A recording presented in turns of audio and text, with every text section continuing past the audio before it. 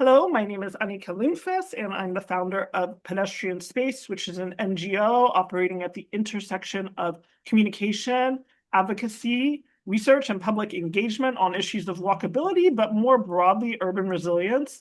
And we are currently developing what I call a global urban heat media lab pilot for 2027. And I put the call out for collaborators. I've received dozens upon dozens upon dozens of responses, including many academic people interested in academic internships, but also scholars and professionals and practitioners. And as part of that, I'm meeting with everybody, taking moments to meet. And today I'm here with Hamissou, who is based in Minna, Nigeria. And he's currently a PhD student in climate change and human habitat, really interesting program at the Federal University of Technology in Minna, Nigeria. And your work looks at migration-driven urbanization and land use and land cover change influencing urban heat island effects in two cities, Lagos and Niamey in Nigeria. So thank you. You've been sharing a bit with me before we started recording. I wanted to record a bit because you do a great job, I think, of communicating the general continental context for Africa. And then sharing a bit about, your interest in this network we have developing. So I will turn it over to you if you could share a bit about, the continental context there and broadly what brought you to the issues of urban heat. Okay, so my name is Saminou Hamissou, and I'm from Niger. So currently, I'm a PhD student at the Federal University of Technology at Minna, Niger State, Nigeria, studying climate change and human habitats.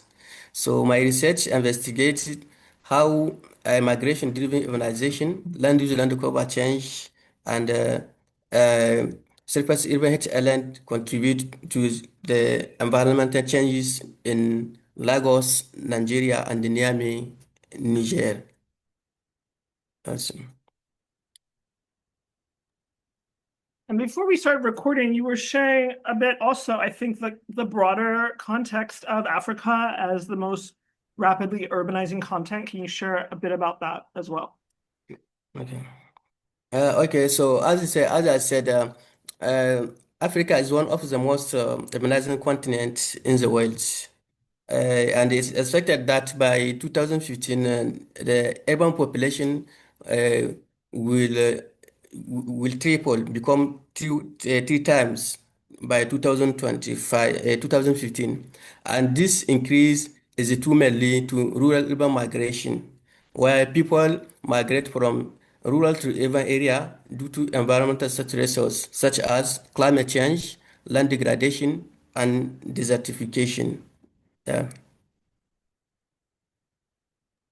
Yeah, thank you. And I'm really happy to welcome you to the network. We have already quite a few practitioners and scholars in Africa, but also all around the world on all continents joining the network. Mm. So it'll be really great to develop all that really diverse African urban expertise too in this developing urban heat network. Speaking of the network, you responded to the call for collaboration. And I've been sharing with you, as I do with everybody who I have these talks with, that due to the level of response, such a high response, I decided to develop this as kind of a network approach. And I also think that'll be beneficial for everybody participating because you'll start to get to know each other and also can lead to other collaborations.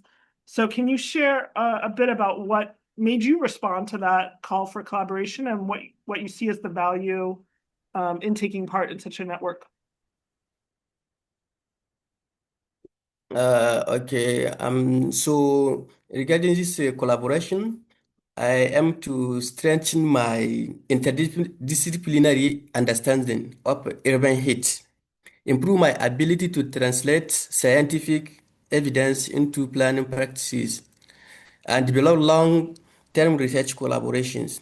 I'm also interested in learning how different cities approach heat adaptation and the communities are in the world so that to adapt in my city context.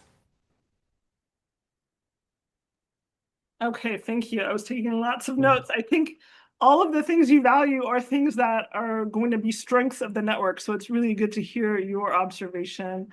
Thank Happy you. to welcome you to this developing network and looking forward to collaborating.